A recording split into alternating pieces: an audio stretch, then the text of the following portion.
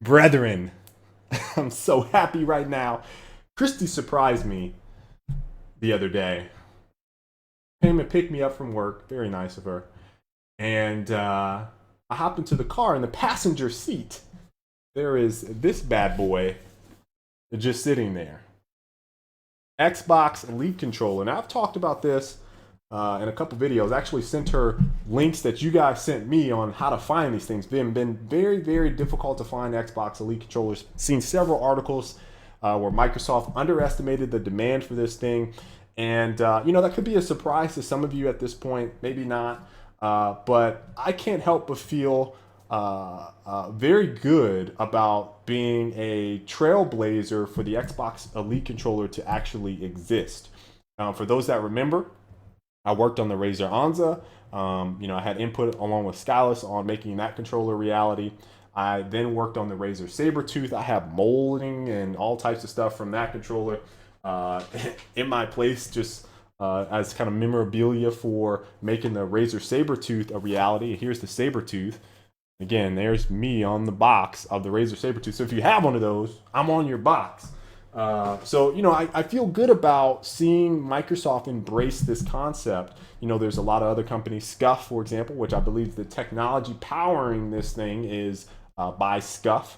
But seeing this, it's important because it really, I don't want to say it legitimizes, but it really makes, I think, competitive players have a lot more leverage when they go forth and they say, hey, we need something built specifically for us, something for esports, something that makes sense, something that evolves the controller. For the most part, the controller has pretty much been the same since like Xbox. And no one is, I think there's been different designs, but I don't think people have really tried to make like a premium controller outside of the last like 5 years. So, and even then, it's been incremental till we get to this point now. And I think people are like, oh, I actually get it. So I'm going to talk a little bit about why that's important, what makes this stand out, and what games it really magnifies for use. So we're going to open this bad boy up. We're going to have Xbox Elite wireless controller, obviously interchangeable D-pads, interchangeable thumbsticks, paddles, carrying case, two AAA batteries, and USB cable. All right, that's out the way. All right, so we got the case. This feels very similar to a lot of other cases that I've had in the past. It feels like there's some weight behind this thing, so let's just take a quick peek. Would imagine that's probably USB cable and instructions on how to use this software. So let's go ahead and open this thing up. I have a couple different controllers here, and I'm going to talk about why I like Xbox controllers specifically. Oh gosh, this feels good. This thing is magnetic. It was stuck to the back of this. This is a interchangeable D-pad.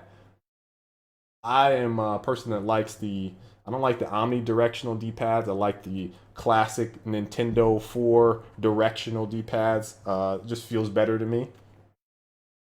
Holding this has very good weight. There's like a stainless steel trim for the shoulder buttons and triggers. You guys can see that. Have the analog sticks there. Again, feels super smooth. Talk about why this is important. I believe in them talking about it, they were talking about the analog sticks and again why they decided to go with steel here. Very interesting to hear the reasoning behind that because it was a top complaint of mine and it seems like they've solved it. Feels really good. Has a lot of really good weight to it. The grip feels nice on the back of this. This is kind of like a divoted, very small granule. You can't see it with this camera, sorry, but it feels really good to hold. Put some gamer grip on, you'd be good to go. So let's talk a little bit about what makes this controller special, and I think why competitive players are so interested in the idea of having your paddles on the back, because that's really what it's all about. At the end of the day, it's the extra buttons that they have on the back here that make this thing special. Started with maybe it started with Scuf, then the Razer Sabertooth quickly adopted it. This idea, this concept. And basically what you're doing is you're fully utilizing your, the fingers that you have on your hand. So there's no wasted dead space. It just naturally kind of fits in these two spots. So here's my ring finger pressing. This is my ring finger. Here's my middle finger pressing. So it feels really good to hold. It doesn't feel unnatural. It doesn't feel like it's in a bad position. I think that the only thing is might be some crowding between the buttons. So basically, if I'm not mistaken, you take these things out. So you take out the two bottom paddles like so, then you can just use your ring finger. So it doesn't feel like you're going to be hitting multiple buttons, which I think is really smart design, and it allows you to do what you feel comfortable doing. These just pop right back in, which is pretty cool. All right, let's see if they feel good. Yeah. I'm surprised. That was so easy. They really thought about that. All right, so uh, the big thing again about the paddles is that you're utilizing all of your fingers. And if you're playing a shooter, specifically like Call of Duty or Halo or Gears of War, some of the shooters that are more prolific and often competed at the highest level with esports for millions, for Call of Duty, millions of dollars in some cases, it's important to understand why people are interested in this, why it makes a difference in your gameplay. And I've explained this before in the Razer Sabertooth, but let's say you're not playing bumper jumper, you like the layout of a standard controller, but what you do is, you hit A to jump, you hit A to jump, or you hit slide, right? I believe on bumper jumper tactical, you can slide on the D-pad, so you don't actually have to take your thumb off of the analog. But that is the reason, that last point I made, taking your thumb off of the analog to hit A, to hit X to reload, to hit B to crouch. Those are the things that those split second, if you're in a gunfight, those split second decisions, taking your thumb off the analog can mean that you lose a little bit of time to readjust your aim as you're looking at someone. So that is the difference, and can be the difference when you're playing at the very highest level and winning or killing a guy and losing and not killing a guy. And that's what makes it so important for competitive players to have that option. Now, you can obviously say things like, well, just learn how to play Claw. Claw might take several years to master for some people, especially if they go from 0 to 100, trying to go real quick. That's not going to happen. So, for all those Claw enthusiasts out there, think about how long you've actually been playing Claw. Telling someone to just play Claw isn't as natural as holding a controller and having a standard grip and then trying to play. So that's one of the advantages of having the D-pads and why it's such a big deal. Now, the next portion of it is more about durability, which again, I've just got this thing. I've heard a couple reports of things not working. I know a couple of my buddies had to take some back, but they're like, I can't wait to get my next one. So it's like, all right, sounds like this is the real deal. So I'm gonna show you guys my Xbox One controller and a couple things that annoy me. First off, just picking this up and holding it in my hands, there's such a big weight difference between the two. But if you look very closely, see this like dusty looking dust around it? That is not actually dust.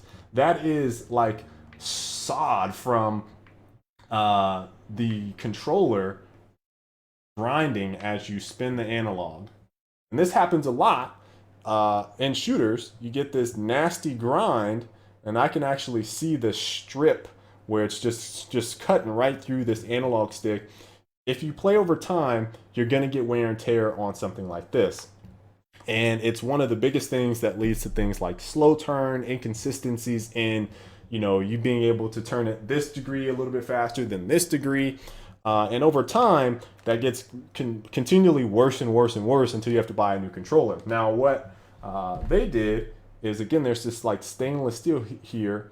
So it looks like as you grind, first off, it sounds really smooth, but you don't get, from what I can tell, you don't get that nasty dust around there that basically shows that you're going to wear and tear. Now, obviously, I think that after several 100,000 turns, this thing probably doesn't feel good to hold anymore. But I'm under the assumption that you can actually buy new analogs for this and then just replace them, because they have different analogs. You can just pop these right off. This one has a higher vertical angle. You guys can see just popped one off. This one is way higher than that other one over there. So again, some people feel this is a little bit more accurate if you play with something like Control Freaks. That's something that you kind of hear that same type of mentality around why people use Control Freaks. It's either better grip or they like the angle feels a little bit more precise having a higher angle. So that is certainly a big draw for me when I talk about why I don't like controllers or specific controller. Durability is always an issue. So I'm going to pop on this magnetic thing on this D-pad. I don't really like that how that feels, but here's the plate. It's magnetized. You can just pop it right on there. Not a fan of this style. I'm more of a traditional D-pad type of guy. Let's see how difficult it is to get that out. It feels like it's pretty hard, actually. Then you think about that a little bit. Let's pop this right on there. Oh, that feels much better. That feels much better. Looks much better, too. Definitely like that a lot more than the other one. Now, and then I don't know if that's the traditional person in me, but for Gears 3, 2, 1, the way they have their D-pad set up is that you switch weapons by hitting the D-pad. So with something like this radio wheel here, you end up, let's say you want to press left, you end up hitting multiple buttons. So if I wanted to take my pistol out or my assault rifle or whatever, because of this radial dial, you actually can end up hitting the wrong button. And it's something that I quickly, and a lot of other people quickly noticed when playing Gears, and that's why I prefer the traditional D-pad, because of the accuracy of pressing the buttons. So just think about that if you're trying to go between the two on what can make a better experience. Outside of that, triggers haven't changed. There's no change in design on the triggers. I know there's a big point of contention between the Xbox 360 controller and the Xbox One controller, so there's no change there. It looks like there's multiple settings here. You can swap between one or two, which I believe are probably controller configurations if you're playing multiple games. Not sure yet what this is on the back, but we'll quickly figure that out. And overall, again, this feels pretty good. Now, one last distinction I want to make is how I hold the analog, or my thumbs on the analog stick, is I really put the meat of my thumb on the analogs. So you can see it kind of is a little overlapping, and this is how I typically hold the controller. I know some people will hold it right on it like this. Some people will hold it on the edges, but I'm a guy that likes to put the meat of my thumb on the analog stick. And that makes a big difference when I talk about this next thing, which is PlayStation versus Xbox controller. And I'm getting used to the PlayStation controller, but I will forever feel that it is inferior because of how close they place these analog sticks for my specific style of grip. So if I am overlapping, you guys can see this is kind of close, and I happen to look at an angle, you guys can't see it, my thumbs are touching right now. My thumbs are touching. That is not something I want to have when I'm playing a shooter, because I can knock off my aim a little bit. And it has happened on several times. It's not like it happens a whole lot, because there's very few angles where you have to like adjust your aim so quickly that you are touching your thumbs. But that never happens on an Xbox controller. Never happens. So, the spacing here makes that impossible. It makes it impossible. So, when I get this question all the time about why I'm not big on PlayStation for shooters, that is the exact reason. Now, don't get me wrong. Again, the PlayStation 4 controller feels significantly better than the PlayStation 3 controller, but that is the major reason for me personally and my grip on why I cannot, for the life of me, try to really hone in on a controller for PlayStation. The spacing of those analogs is just, ugh. Now, if they actually took this and made it interchangeable with the D-pad, I'd be all over it. But that's my little personal issue with that. So again, I like the controller, but for shooters, it makes it kind of difficult for me to really get into. That's pretty much it. So feels like it's good. It feels like it might be worth $150. Now, obviously, I have to play with the controller, come back and say, yeah, this is how I have my controller all configured. So go forth and conquer. But for right now, I'd say from initial impressions, this is definitely a top tier very, very high premium quality controller that is probably well worth the money. I'm still not 100% sure yet. $150. When I saw that price at was it E3 or whenever they announced it, I was like, ooh, that's a lot of money. I feel like a lot of these controllers, if you price it around $100, maybe even like 110, that'd be possible. But I know people are already paying $150 for controllers and sometimes more. But that mostly includes having a custom design or something like that on the controller, which Microsoft is not currently investing any interest in. Now, if they do decide to do that, I don't know how much these controllers could end up getting upwards to, but that would certainly be something that would, again, make it a little bit better. Incremental changes like that, so you can personalize the controller, really is what kind of sets, I think, SCUF apart right now from really taking over. But, Microsoft is already using their technology. So maybe they've already won the game, I guess. So that's pretty much it. I hope you guys enjoyed this video. Again, I don't have all my stuff set up yet, so I can't do a super zoomed in camera where you only see my hands and me talking about it. But I do really like the feel of this controller. Can't wait to play with it more. And I'll have some follow-up thoughts for you guys here soon. So later.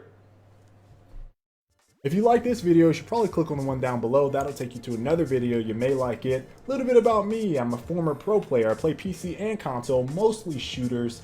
I also have a gaming podcast. I do tips and tactics, live gameplays. Check out my Twitch. Also, I work in the industry. Why are you not subscribed?